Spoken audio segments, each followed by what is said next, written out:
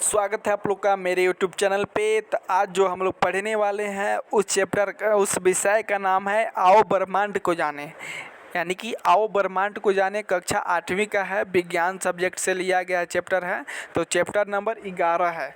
तो इसी का आज हम लोग ऑब्जेक्टिव क्वेश्चन पढ़ने वाले हैं, MCQ क्वेश्चन पढ़ने वाले हैं। तो देखिए पहला क्वेश्चन दिया हुआ है, निम्नलिखित में कौन सा आकाशीय पिंड तारा है। तो इसका ऑप्शन नंबर सी हो जाएगा। सूर्य जो है आकाशीय पिंड तारा है, तब लोग याद रख लीजिएगा इसको। इसके बाद आता है क्वेश्चन नंबर दूसरा है, इनमें कौन सा पिंड ग्रह नहीं है। तो यहाँ पे देखिए 4 ऑप्शन दिया हुआ है, इसमें से पूछ रहा है कि कौन सा पिंड जो है ग्रह नहीं है। तो इसका ऑप्शन नंबर ए हो जाएगा, सीरियस जो है वो ग्रह नहीं है। इसके बाद देखिए अगला क्वेश्चन आता है, सौर परिवार का सबसे गर्म ग्रह कौन है।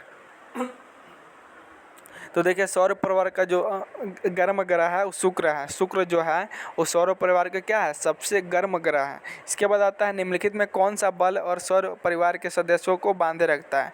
तो इसका ऑप्शन नंबर सी हो जाएगा, गुरुत्वाकर्षण बल। इसके बाद आता है हमारे सौर परिवार में कितने ग्रह हैं। तो 8 ग्रह हैं टोटल, याद कर लीजिएगा आप लोग। तो इसका ऑप्शन नंबर सी हो जाएगा।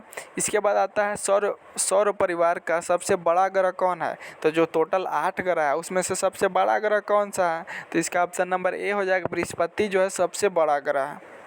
इसके बाद आता है सौर परिवार का सबसे छोटा ग्रह कौन है। तो सौर परिवार का सबसे छोटा ग्रह क्या है, बुध। बुध जो है सबसे छोटा ग्रह है।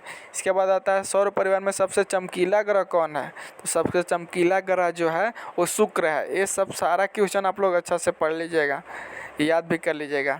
इसके बाद आता है सूर्य के सबसे ऊपरी सतह का तापमान कितना होता है। तो जो सूर्य होता है उसके सबसे ऊपरी सतह का तापमान जो होता है 6000 डिग्री सेंटीग्रेड होता है। समझ सकते हैं 6000 सेंटीग्रेड कितना हो गया।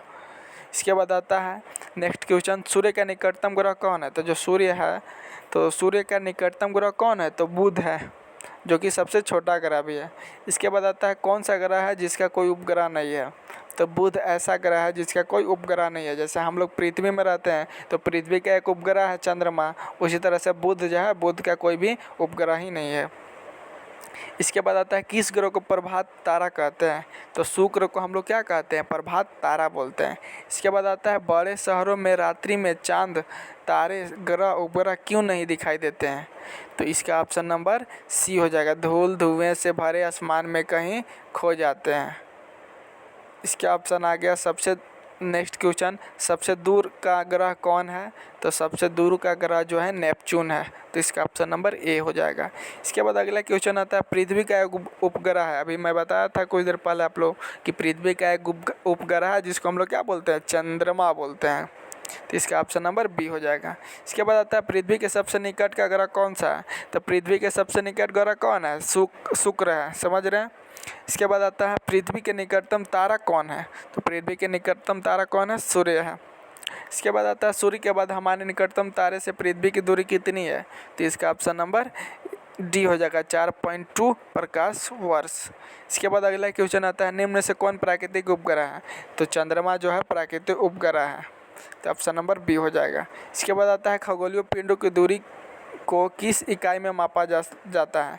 तो इसका ऑप्शन नंबर ए हो जाएगा, प्रकाश वर्ष के इकाई के रूप में मापा जाता है। इसके बाद अगला क्वेश्चन आता है किस ग्रह को पृथ्वी की बहन कहते हैं। तो पृथ्वी की बहन जो है शुक्र को कहते हैं।